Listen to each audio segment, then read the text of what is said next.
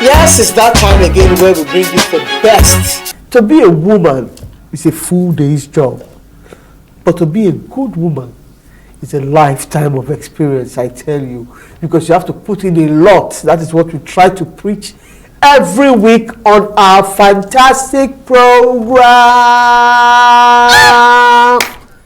Lady Life. You see as I talk now? You have done well, you have done well. Quote by, you have done well. You have done well. When a woman now finds that she's not meeting up to expectation, or to who she's supposed to be as society has put her. Thank you. Then she starts going through a lot of emotional trauma. A woman can be going through depression, and you would not know.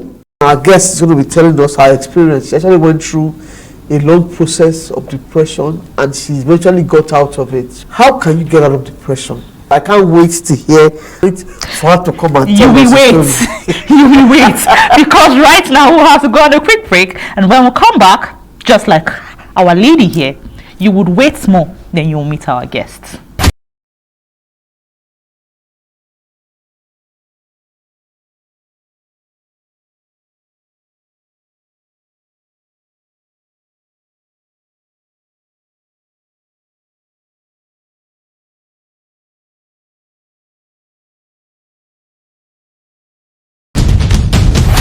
You're welcome back from that break, and today's edition is a very special one because whether you like it or not, every woman will be attracted to our topic. Fine, men go through this too, but if you take a percentage of what really happens, I can tell you more than 80% is actually affected. It affects women. I'm talking about depression. Yes, and we have a lovely, beautiful lady in the house today. If you see her, I can tell you, say, she go through that, you go see that line because she's still looking so beautiful. In the studio today, we have Joshua Justina. She's an environmental health officer in AMAC. You're welcome to the studio, ma'am. Thank you. You're welcome, Joshua Justina. J Square. That's true, J Square. Double J. Double J. JJ. You're welcome. Thank you so much. Let me start by saying, you're so beautiful, you're so composed. You don't look like someone that have been through a lot. You will understand. So let's start. Where are you from? You know, how did this all start? Okay, thank you so much. I'm from Abia State, but residing here in Abuja. Okay. Yes. So what do you do? You said I am an environmental health officer. Okay, so what do they do there? As an environmental health officer, we checkmate how the environment is being. We control the hazard happening in our environment. Okay. We are much more of preventive than curative. So let's go to the emotional part now. Okay. You understand? Depression. So what is your story? How did it all start? It wasn't easy at first. Yes. Then I didn't even know I was passing through depression. I never knew because it started 6 years ago. I came back from work. That was on Friday. Came back from work. Normal house chores. I discovered I collapsed. Oh. Yes. So when I collapsed, that was all I could see. The next thing I was in the hospital. So I think it was at midnight that I regained consciousness. My house help was around then. So she screamed, she called my neighbors. They took me to clinic. Yeah. From there, the medication started. But along the line, I discovered I was having palpitation. And when the palpitation starts, even you will feel my clothes vibrating. Shaking. Yes, especially at midnight. Then I was thinking it was demonic attack. But when I now met a doctor, a cardiologist, it was the cardiologist that, from the questions he was asking, that this happened. It was as a result of accumulated stress. It could be from marital stress or anything that I should think. Then I was followed up medically with some medications. That was how I discovered, from one hospital to another, from one psychologist, cardiologist to another. Then the psychologists, they were following me up. After 4 years, they diagnosed me depressed. When it started at first, because nothing, I wasn't myself at that earlier stage. At times, there was a time I was misbehaving. I began to speak out of sense, out of point. Yes. At times I feel like going outside naked. I wasn't myself. Are you serious? Yes. And because of the palpitation, every midnight, this sickness comes up only at midnight. So psychologically, it has transformed and changed me, who I used to be.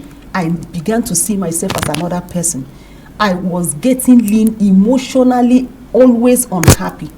Nothing, you can't see joy on my face. No, I'm always angry. I'm always sad. I'm always emotionally dying, giving up, because I don't even know. I didn't even know what was going on with me.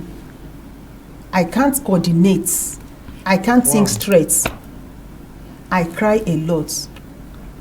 That was how the initial stage. Yeah. Then I was having fear. Anything 6 o'clock. Because you know what the night will bring. 6 o'clock. Because she knows what the night will bring. At this time, people were still thinking it was a demonic attack. Yes, my neighbors. Which church? This one will come. Let's go to this. Then I was going with them, because I never. You have no choice I now. had no choice. I was that will make it better. Yes. From white garments to different. I used to be plumpy. Yes. But I'm okay now. No, but you're Chico. I'm not done with you. We don't want any weight again. Are you serious? Yes. My hands becomes cold. My legs, palpitation. I was on palpitation drugs, anxiety drugs, and BP drugs, because my BP keep climbing. Yes. Whenever I felt such, my BP will skyrocket. So, Were you going to walk throughout this period? yes. I No, was in and out. In a week, I might be at work like twice in a week. The next week, You won't be hospital. It wasn't easy. At a time, they even took me to Herbal Home. They said I should come to Herbal Home, that is an attack. Okay. But it was later when doctor sat me down, told me that I was passing through depression, anxiety, attack, depression and anxiety. That was how they start following me up. They now said I should work on myself. I had some marital, which is normal. Okay. Yeah. I had some marital challenges. Yeah. It took me years to take in when I got married. So the stress and everything and problem and up and down. Imagine that. And conscious, you were still going to work. You're still being your normal Yes, self. yes. So all these now It's now accumulated and accumulated and clicked that It time. was. Yes. And I've read about a little about depression. I've seen some in the hospital. There's a tendency that they want to take their lives. Do you have that tendency? Yes. Do you have any? Yes. Can we hear Yes. about There was a time I felt that since nothing is working, I can't behave like a human being.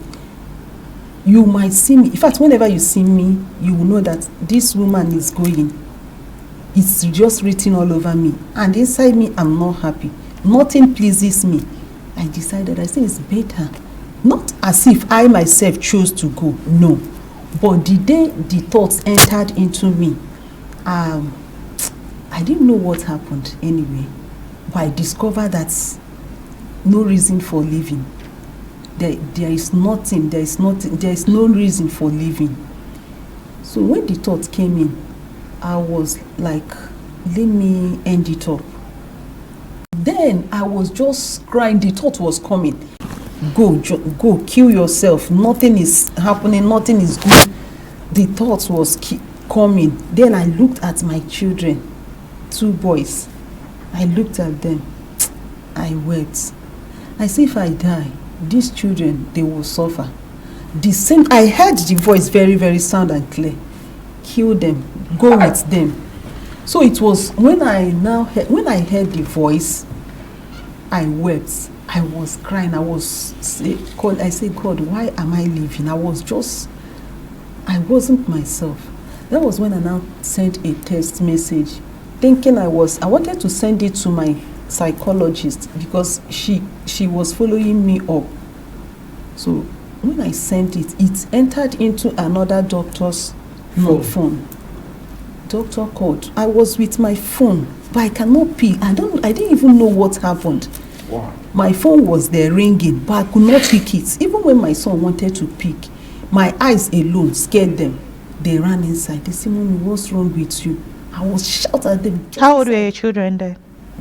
The other one was 8 years then. This other one was 4 years. Wow. So I screamed. I told them, get inside. This voice was talking to me, directing me and controlling me. So immediately, the doctor called my friends. My friends, they came. When they met me in that same condition, when they saw me, they couldn't believe themselves. That was how they rushed me to clinic, the same way I was in my house. They rushed me. When the doctor saw me, he said, no, she's highly depressed. That the level then was high. They now took me to Cairo Hospital, where they have my case. So that was how they started following me up. Wow. Wow. In all of this, how were your family already involved? How did they fake this? I think recently, just very recent, not quite long, that I opened up to them that I was going through, that the problem them too, they believe it was spiritual attack. Yeah. Yes, they believe it was spiritual attack because even my father, may his soul rest in peace, he asked them to take me to bring me so he could take me to one of their reverend father, a priest anyway. So they concluded it was a spiritual attack. They go through therapy. Yes, I did. Do you still go through therapy? Yes, even up to now. I did, because last year, since the medications were not helping me, and I keep calling my psychologist, she told me that even as I'm taking the medications, I must have to work on myself. Yeah. That if I don't work on myself, I might end up taking this medication For life. Yes. That by now, I should have stopped taking it if I follow what she advised me. And that I don't have BP. It's just the anxiety that triggers That brought it on. Yes. Yeah. So I now said, okay. But then I found out that psychologically it has eaten me up. I can't do without taking drugs. I became addicted. Mm. Yes, I became addicted to the medicine. If I eventually leave my house without remembering taking it, The fear. yes, it will ring. I have to go back. If I'm not with it in my bag, I must have to take drop to my house, collect it, take, and maybe the people, everything has been okay, but because I was addicted to it, anything cease, I can't sleep. I have to call friends every night. Someone must sleep in my house. I don't sleep alone. If I sleep alone, even if I take that medicine by 11 p.m. by 12 a.m., something must wake me up and tell me that it's coming. This thing is about to come. So I take overdose. Wow. Yes, I do. Wow. So doctor referred me to test. They call it Chinese in my area. He says it's a Chinese clinic. So that was how I entered there. The lab person, the lab guy interviewed me. He said, but your BP is okay. I said, forget. Even if my BP is 90/50, I must have to take BP medicine. He said, God, are you not killing yourself? I said, oh, I'm already dead. So the man now, a lab guy, he followed me up. He advised me to start taking the therapy. That was when I now know the Nuga Best therapeutic center. Yeah. Because for 6 years, nothing like free sleeping, except I sleep with someone. When I entered their machine for the first time, God, I slept. After when you started therapy? Yes, the first day I entered their machine, I lay down, I slept. Normally the machine's supposed to last for 30 minutes, but due to they have already, the guy that brought me there knows my condition. He asked them to, even if it stopped. This is like sleep for like 6 years. I slept 1 hour there and I was snoring. They had to wake me. Kai, when I woke up, I was very, very fine. I was very happy. I started crying. I told them that you don't know my problem. To the workers there, I talked to them, I explained. They say you will be fine. It's true, if you start coming here, you will be fine. I said okay. I went there for 1 week, and that 1 week I discovered that because if I go there in the morning, I leave there by 4. I don't know what I was doing, but I enjoyed the environment. It makes me happy. It was serene. Yes, the workers, everybody, even the patients, as if we've known ourselves. So I began to notice a new me. From the gates, fine woman, this one, that one. Hey, I will go home like this. Hey. I will be checking myself and say, go do also. It was like film. Yes. Wow. Then I had some friends that are in medical fields. Okay. I now talked to myself. I said, okay, since going out makes me feel better, why don't you join a social group, social gathering? Yeah. And I located one. I was just pressing phone, looking for where to fix myself, because before then, I used to be isolated alone. You used to be a loner. Yeah. Okay. I'm always reserved, even to talk. What I want to talk, I'll say it inside in my mind. So. I don't talk to people. Yeah. So I discovered that. I don't even know how I found it. AWC. I clicked. That's an NGO? No, it's just a social gathering. Okay. But then I never knew what they are. I just saw them in Abuja working class. I just enter. I said, let me even start learning how to talk. So when I joined them, they would add me in their WhatsApp platform. I put picture. People were saying, fine, men, everybody, they were very me. Can you imagine? I became very, very happy. I've seen another family. I was very happy. The discussions there, the next day, I never knew the next day was their hangout. And you will pay. But that day, the founder of the group called me on phone. Where do you stay? I told him.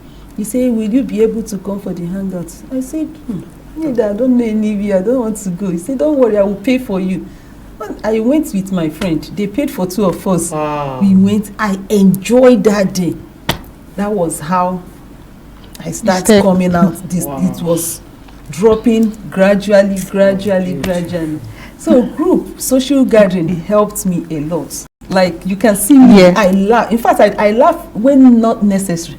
When nothing is not funny, I must laugh. Because I discovered that when you laugh. It frees you, it gives you peace of mind. Yeah.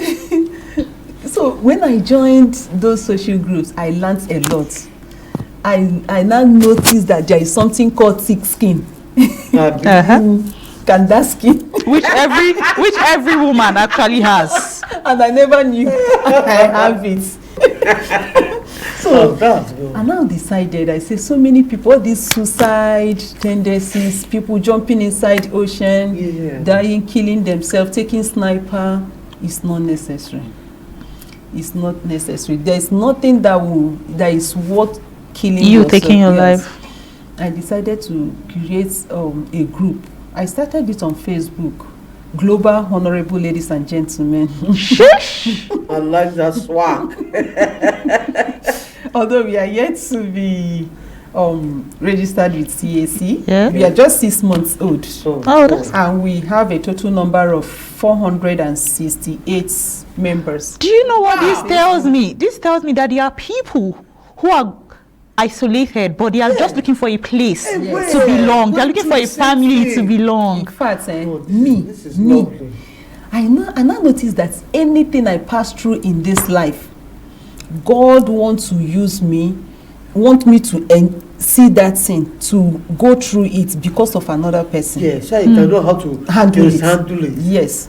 When I created that platform, the aim, the vision was, let's come together. Let's look out for people that are depressed.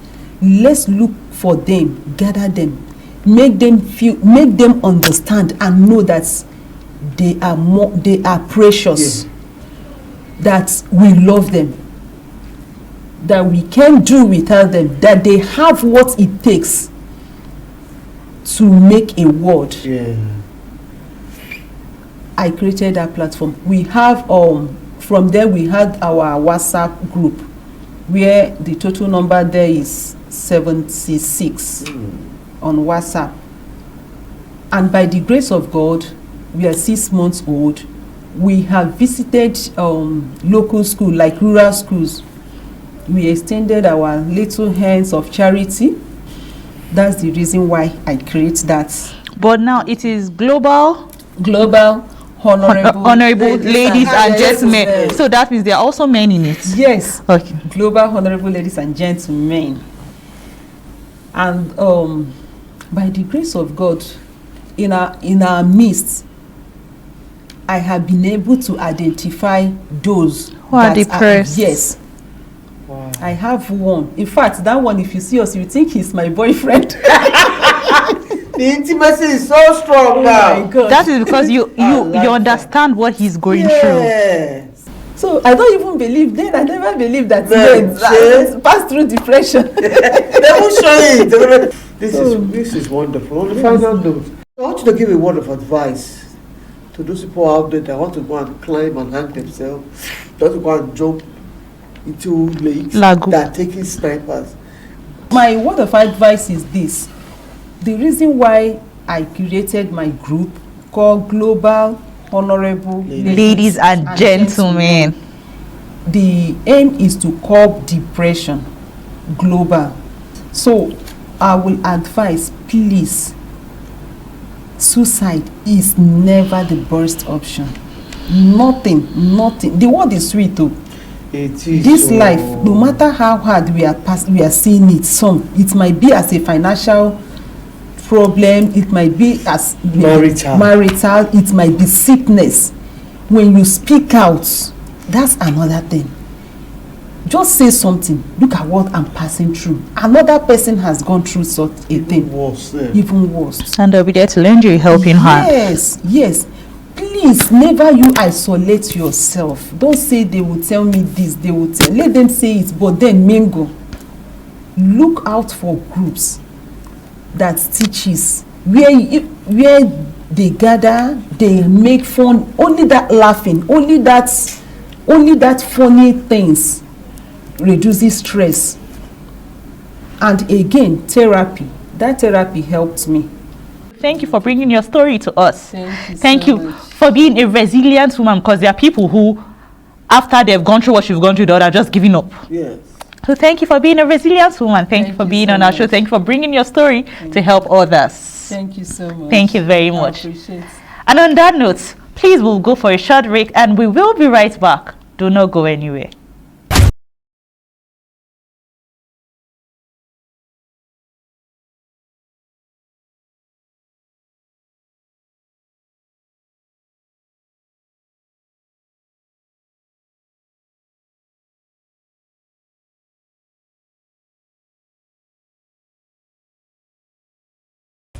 Man, that was I don't. This shows you people go through a lot. They go through a lot, and the way she said that, she didn't even know what was wrong with her. So all these emotional things. And he's now making me realize that there are people who collapse and don't make it, and you don't even know the cause. They might have been depressed. Imagine, this is something maybe she experienced how many years. Then an accumulation of things now comes.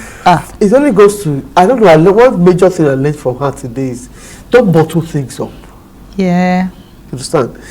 I know it's not easy. You can't tell anybody your problem. You can't tell everybody your problems. But if there's an area that is giving you that, putting you in that mood, leave that. Then area. we should also leave that. What's the word now? We should also leave that conditioning and say, now only if something they do. Don't tell everyone. You're going through this. Do you know what Mama Amaka is going through? Is you're doing this one? Do you know what? You are the one that know what is wrong with you. Leave. Go to another environment. She did that. And we should also learn to stop shaming people. Stop shaming people. Stop criticizing people. Stop criticizing. Stop criticizing people. Yes. Because you're part of this. You're part of the system that is making them not want to talk about it. Not want to talk about their problems. Stop stigmatization. It's very, very bad. Please. But no, we've not spoken about that good thing our guest did. After going through what she went through, she now went and started an NGO because she knows it is needed. And we just need everybody in life. I feel like every human being, yes, what we just need is a family.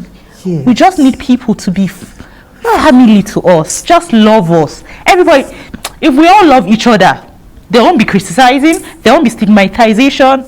It will just be a beautiful thing. It will be a beautiful world.